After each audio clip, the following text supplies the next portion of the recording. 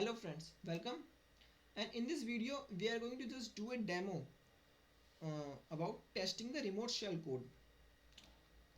As you all know, shellcode are just machine codes written for specific purpose, and they are directly executed by the CPU without any further assembling, compiling and other things. So there are two type of shellcode, local and the remote. Local can be easily tested, but to test remote shellcode we just need some kind of service, and it's not easy to find a service where we can test our remote shellcode. So basically there are two possibilities. First is a bind TCP server and a reverse TCP. In this video we are going to do a demo on bind TCP. Bind TCP is just simple. We just need to create a socket and then bind the IP address with the port and wait for the client. When client connect, the server accepts the shellcode from the client and then execute it. I have a previous video. If you in on that video I have shown a demo on how to create a simple TCP client and server. You can watch that video if you want more knowledge. So now let's jump to our code. The code is in two parts. First, a C program on bind TCP. Second is going to be a client program which sends the shellcode, which is going to be in Python. So let's write our launcher.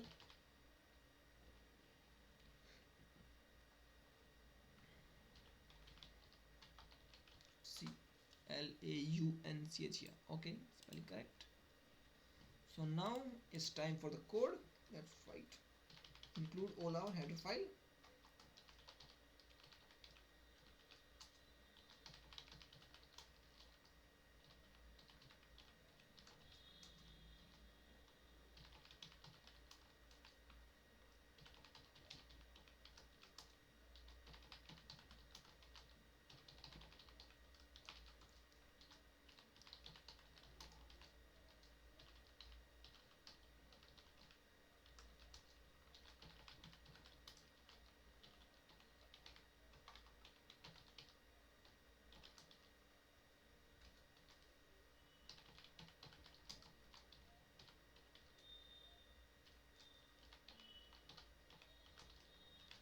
So we have included all our files, header files.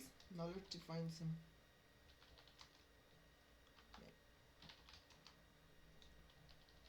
define array to -1, define max data to 2048, define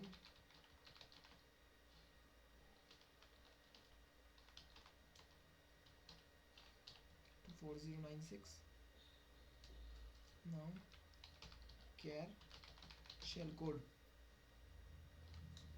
max shellcode len. So this character, this char variable is going to contain the shellcode which we are going to receive from the client. Now let's jump to our main function.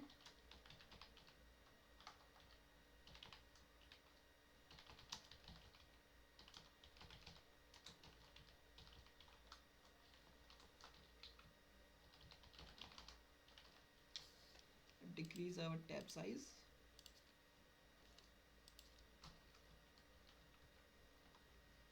Now we just need to declare some variable and structures.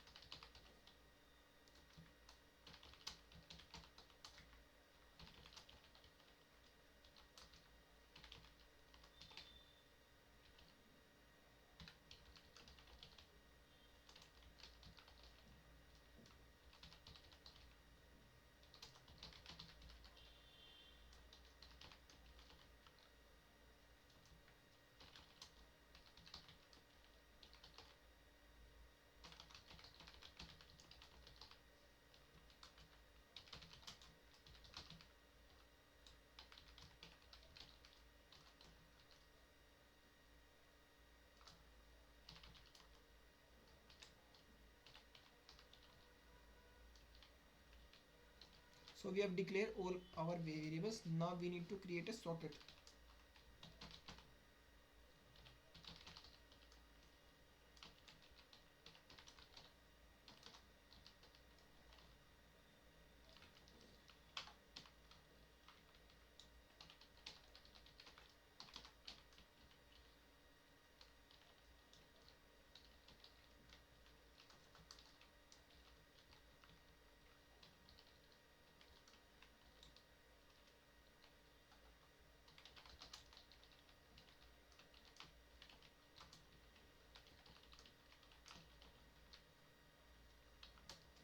Now here we have created our socket, basically TCP socket, and sock stream refers here to the TCP.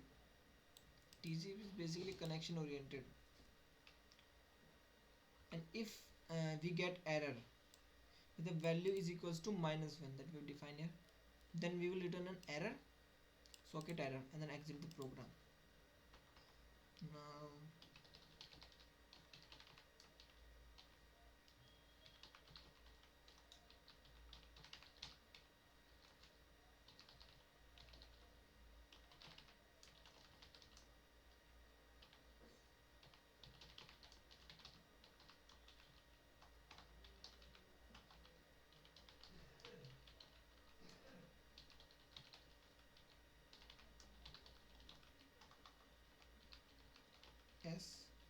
SADDR is equals to INADDR NE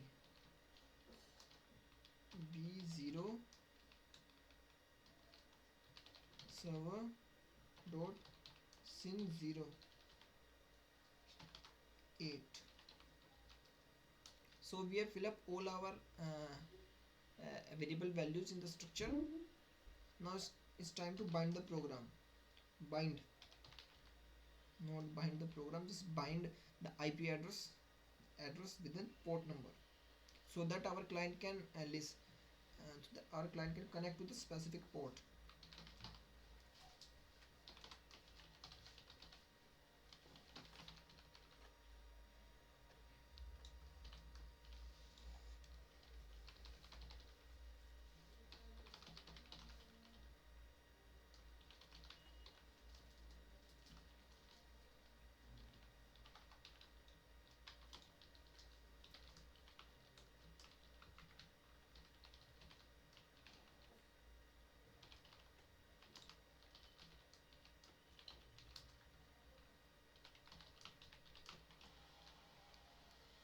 So here we have just bind it, and if we get an error here, so just print bind error and then exit the program.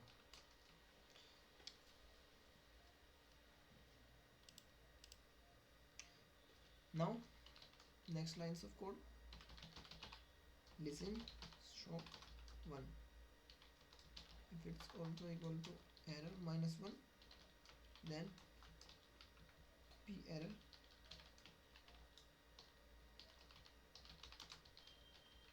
is an error and exit.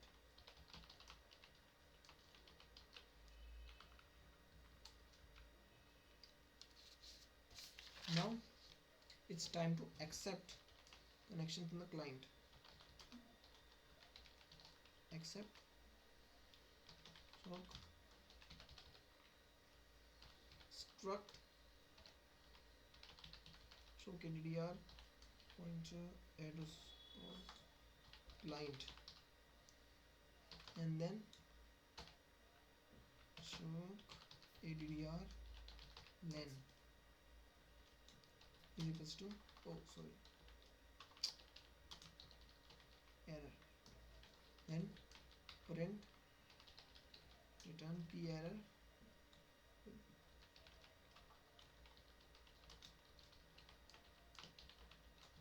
and then exit -1. Now if the connection is accepted successfully, then we are going to receive the shellcode. It defines some variable values. Shellcode len is equals to data len is equal to shellcode len equals to 0. Now we are going to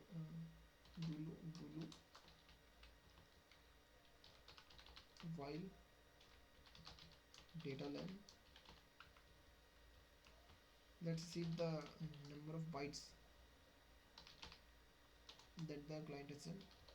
See new, the new socket, data, the size of the data, max data, and 0. If data len, then let's go a little bit skits, then mem copy shellcode,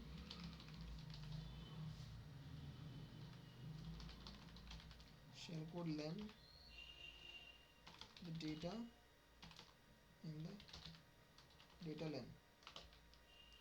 Okay,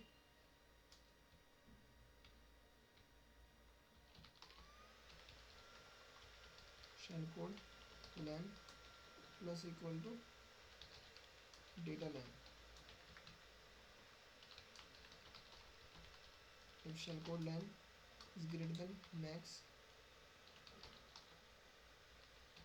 shellcode len, then printf receive shellcode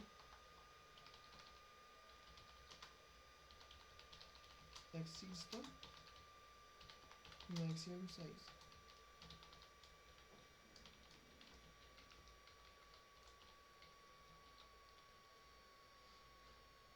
And then exit the program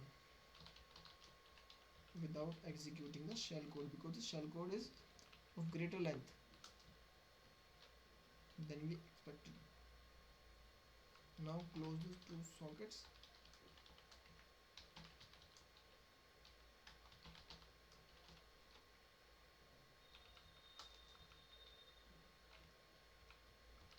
If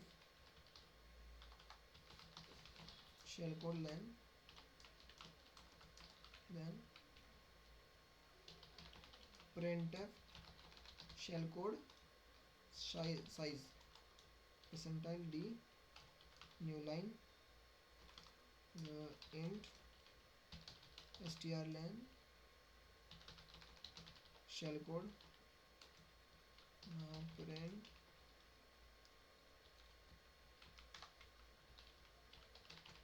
executing.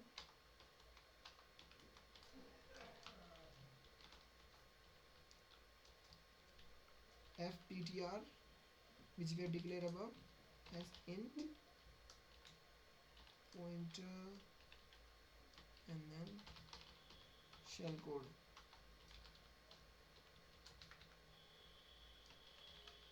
Int pointer fptr.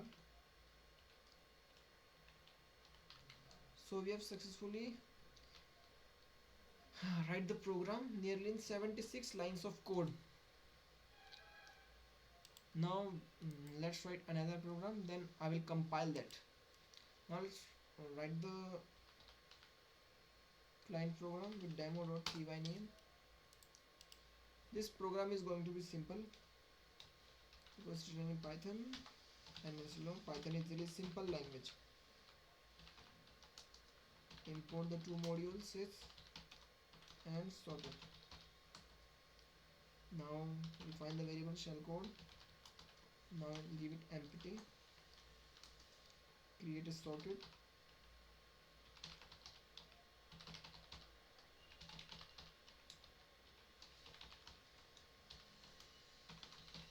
Socket dot sock stream. Okay, and then 0. Now dot connect.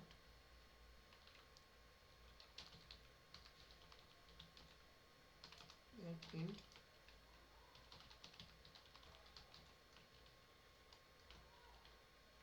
we have now here we have connect with specific IP and port. Now sending the shellcode. Then close the socket. Then we are going to print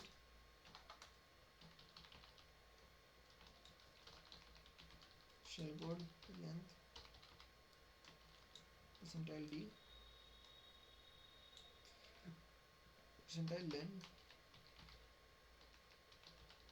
shellcode. So this program is also complete. Now we just so open the shellstorm.org as we are using the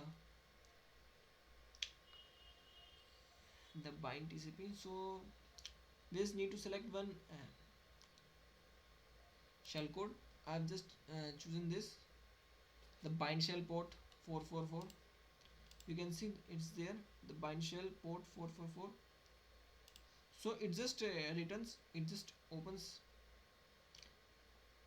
it just binds the shell on this specific port 4444, and anyone can connect to this port if he knows the address of the machine where the shell code is executed.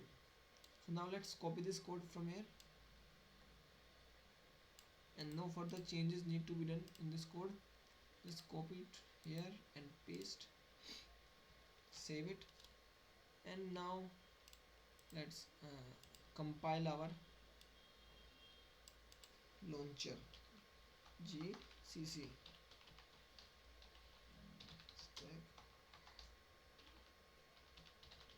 stack protector zexec stack launcher output launcher. So we have an error at the line number 15. Now let's check what's the error in line number 15. Line number 15. Oh, I haven't just terminated it correctly. Now let's compile it again. So we have again error, the line number 34. I can see it's the spelling mistake, syntax error. It should be size, spelling is incorrect. Line number 34, size error. Compile again. What's another error? And now it should not be size, it should be sin. Just now compile it again. So hopefully compile without any error in the morning. Now let's run this launcher on port 6677. It began without any error. Now open a new terminal, and we will use our demo.py to launch the shellcode. Demo.py, the address, our local machine, port number 6677. So you can see we have sent a shellcode of length 131 bytes. Here we have received 131 bytes. So you can see we have received the correct number, correct size of shellcode. Here it's print executing, which means that our shellcode has executed. And now we just need to connect to the machine on port number 4444. And just 4444. Enter. So you can see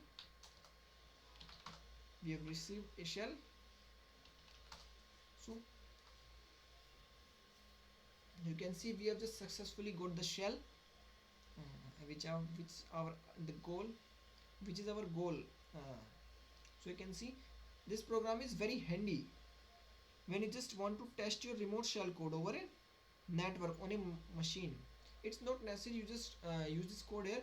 You can just if you are in LAN network, you can just on another computer just compile this program and run this as a service, and then from another computer you can just launch your exploits, not exploit shellcode, and it will work again on that system also. So that's a simple demo how you can just use this program, use this simple C program, basically of 76 line, and can test your remote shellcode. You can even test your local shellcodes, like I show you. Close this, open demo.py, remove this from here and just select a shellcode. You can see this is a local shellcode. We just execute bin bash, bin sh, not bash. Copy this. It's small size, but that disadvantage is we do not get any remote shell from that. Just need to write some the codes. Just copy this, save this. Now run your server again, enter. Now just start it again. Now let's send the exploit again. You can see exploit sent 27 bytes, he received 27 bytes. So you can see we have just got a shell on our on the remote machine, not on our machine, but on that machine, basically on the victim machine, because it's a local exploit. You can see. So that's how you can test both your local and remote exploits. But when you're doing it on the same machine, then it's then you can test both kind of shellcode. But if you are using two different machines, you just test only remote shellcode, because you will only get the shell for the remote machine. Only get the shell on the remote exploits. On the local exploit, not exploit shellcode, you will not get any shell. So that's a simple demo. How can you test your remote shellcode? If you like this video, hit the like button and subscribe to my channel for more videos. And if you have any query, then please comment below. Thank you. Have a nice day.